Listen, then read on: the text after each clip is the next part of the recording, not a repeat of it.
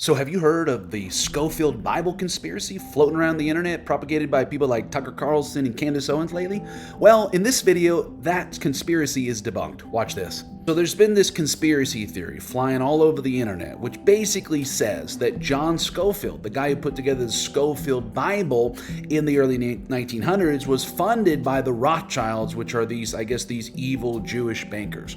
Candace Owens has propagated this, and also Tucker Carlson has as well on his network. Watch this clip. What you're saying is the Scofield Bible, its theology is deceptive. A very wealthy, very charismatic preacher named John Darby came with this doctrine that's now referred to as the secret rapture or the pre-tribulation rapture. And guess who he was connected to, by the way? The Rothschilds. Interesting. Have you ever heard of a Scofield Bible? Yes, I have. Okay, so C.I. Scofield was basically a student of John Darby, and he adopted that part of the doctrine, and he incorporated that into the Bible. It was the first Bible ever made that had study notes with it. It became so popular, every Christian was reading it, every minister was reading it, including me, including my own father. For a long time, that's what we believed too. But when you start actually going back and reading line by line by line what is said that will be leading up to Jesus coming back, which is when the rapture happens, it's the inverse of what John Darby put down. My sense was the Scofield stuff, which has had massive implications for our foreign policy, for example, and in our domestic politics, was probably a lie. I do know that translation or that commentary on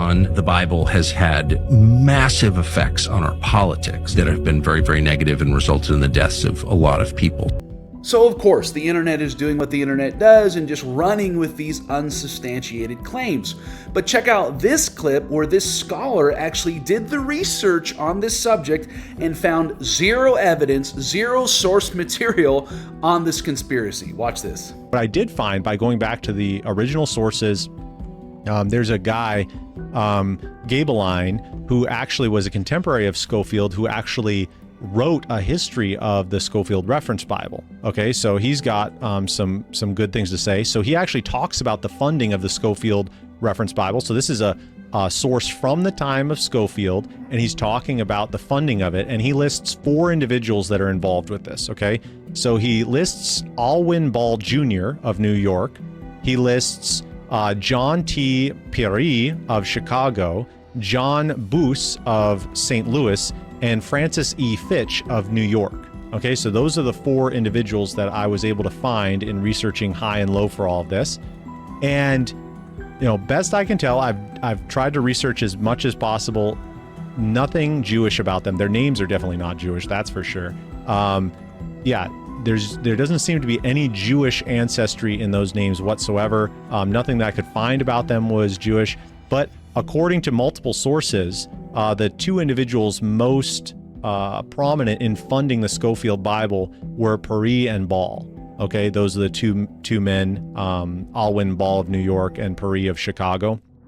So basically the background to that is in 1902, Scofield, making these connections, basically becomes convinced he needs to resign from the pastorate and start working on the study Bible. And so he does that in 1902. And then you have Gabeline, who helps him secure the funding from these individuals for that project. You have Francis E. Fitch, who actually is the primary guy who helps handle the publishing for Oxford. And so, yeah, I mean, I just don't see any evidence whatsoever. Like I went and I looked. I mean, Webben is saying this is a slam dunk argument. But again, I think this is just kind of ridiculous to make these kinds of appeals and expect people to believe you if there's no kind of evidence for that. So there you have it, a completely unsubstantiated accusation that people like Tucker Carlson and Candace Owens are propagating through their networks and through their social media outlets. I think this is wrong. I think personally this is evil, and it just goes to show you can't believe everything that you hear on the internet. Hey, I want to thank you for watching my video. To watch a related video, click here. To subscribe to my channel for more content to help you with your daily Christian walk, click here.